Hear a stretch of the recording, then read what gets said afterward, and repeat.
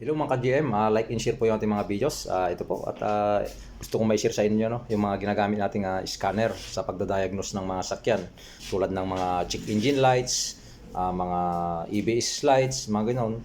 Ito po yung ating mga ginagamit. Bali, mayroon tayong OTIL dito. Yan yung kanyang program. Kahit anong model ng sakyan, kaya nitong scan mga ka-GM. Ganon din itong itong Lance, no?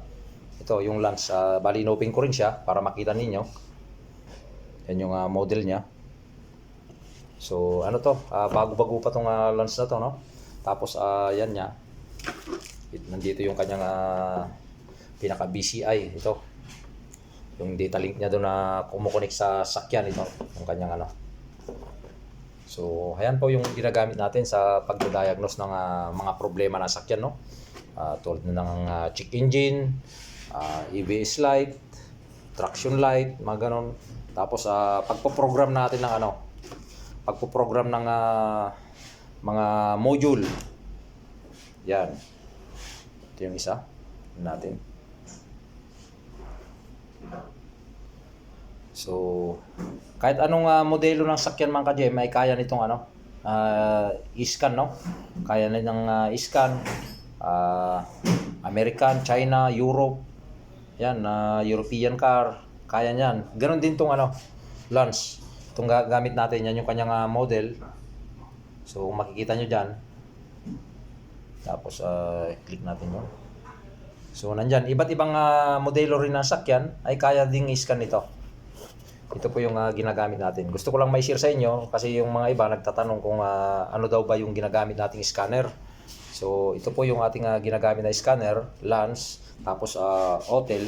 Tapos mayroon din tayong ito mga ka-GM, meron din tayong gamit na pang Bluetooth, no?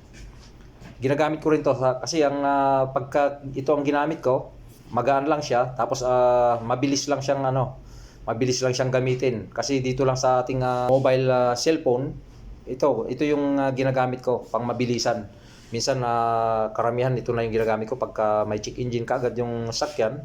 Ito na yung ikakabit ko doon. Tapos itong cellphone ko na lang yung ginagamit ko, no? Kaya minsan yung mga video natin, yung mga gawa natin na diagnosing, hindi natin mabidyuhan kasi nga ginagamit natin itong ating cellphone para sa pag-i-scan ng sakyan. Itong ginagamit natin sa pagbibideo. So, ayan po. Yan, ito, mura lang ito. Itong na to, Bluetooth type, no? Dito sa cellphone. So, ito, medyo may kamahalan itong Lance na to, saka itong OTIL. Kasi nga ito, kaya niyang mag-program ng mga module, kaya niyang pang-reset. Ayun, mga pang-reset ng pag-change oil sa battery, ganun, yung mga function niyan. Lahat yan halos nandyan. Tapos pag-program ng susi, kaya rin yan mga ka-GM. Yan po.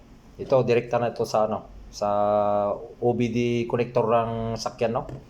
Yan, ganun din to. Ito yung niya, hiwalay. Yung pinaka BCI niya, no? Yan po siya. Ito yung pinaka niya.